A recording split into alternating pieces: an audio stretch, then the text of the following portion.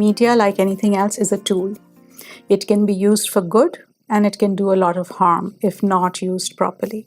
The advice from most experts is that under the age of 2, the child should not be exposed to any screens. From 3 to 6, it should be a maximum of 1 to 2 hours a day. That balance, that mizan is very important. There is good in the digital media. I'm using it, you're using it, everybody's using it.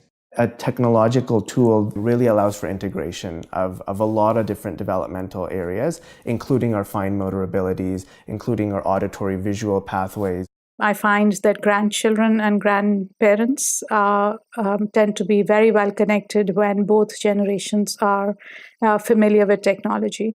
One of the issues, of course, is overdoing it, addiction, or just becoming so entranced by the whole thing that they want to watch them much longer than is in their best interests. If my child said, I really want to go for a drive, and he hasn't been taught the rules of the road, he doesn't know how to drive a car, would I be giving him a car and saying, please go ahead? And yet, what we're doing is we're letting our children go into the virtual world unsupervised. Ages 2 and to ages 7, what we find is that those are the children that are developing their imagination. They're developing their pretend. They still have a bit of difficulty distinguishing between fantasy and reality. Introducing something that is potentially fantasy, what will that teach the child about the differences that are there within fantasy and reality? And we don't know the answers to those questions yet. As children become a little bit older, I think what happens is that children have a better understanding of the logic behind the use of a particular technology, the potential consequences of technology. So there must be supervision. There is certainly benefit, like medicine. You take only what is good for you and do not go beyond the prescription. And I would do it gradually. It's the same sort of thing you would introduce to children with money, for example, where they learn to spend money as they get a little bit older, so you allow them a little bit more of an allowance. It would be that kind of approach. Sometimes what we do is we give in, thinking that, anything for peace of mind. But if we keep reminding ourselves that this is actually a very short-term solution. It cannot be, full access to those digital devices without the parent's supervision. It's very detrimental because the product can actually have a gate or a door to other products that are not permissible because everything is touch and click. So what research shows is that parents start out pretty well. For example, at 4 and 5, they are participating with their children online, but that tends to become almost non-existent very quickly. So if they're told you can have your favorite program for an hour today, whatever, then I think that they really have to learn to work with those standards and as I said, irrespective of what the parent is doing. And so it's not open-ended. That's not in the best interest of the child in terms of learning self-control and discipline.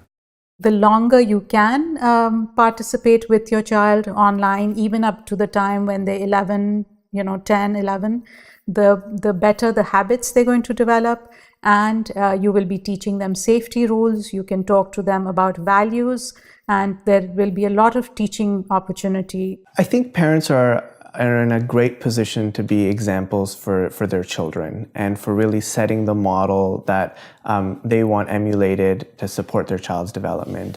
It has also to do with the values and attitudes of the family as a whole. In other words, what do they value? What do they consider important? How do they want to spend their time? How would they like their children to spend their time?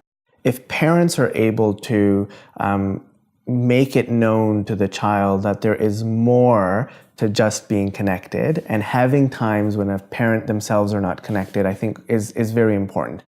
For instance, when there is supper time or prayer or family halaqa or get together, this sacred time should be dedicated to one another. No devices, unless there is emergency.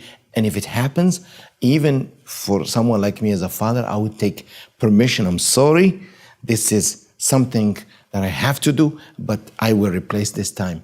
Because if I use a device and I ignore the children, then they will ignore me 10 times. Research shows us that one of the best things we can do for our children's not only emotional and psychological well-being, but for their academic well-being is to eat together as a family on a regular basis. I think the human interaction is really very critical, and so I would move towards extending their exposure to outside activities that are particularly appealing to them. Make sure that that child is having other exposures as well. So those are things like physical activity, engaging with friends in a social activity, for example. Play is shown to be extremely important for healthy child development because play gives them a lot of life skills on imagination, creativity, social skills, learning how to solve problems, learning how to get along with people. Children, no matter what, there is no device that can replace the human being. So children like to play with children. If I say to my children, come, there will be children at the center and you will play with them, they will throw their devices or games and come. Reading is a very big gift. The joy of reading for children is huge.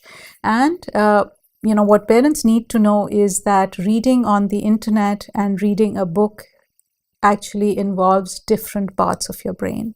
So the reading on the internet tends to be in small bits. It tends to be skimming. It tends to take a wide range of information. But what the brain is not able to do is process that information to its long-term memory or into actual learning. I have my experience seen that the children are more interested in games where we have trivias and the old traditional games, They have the social aspect, whereas the other games, they contribute to the isolation of children. So communities, centers, Islamic centers, for instance, and families could do this together and train the parents how to provide better entertainment.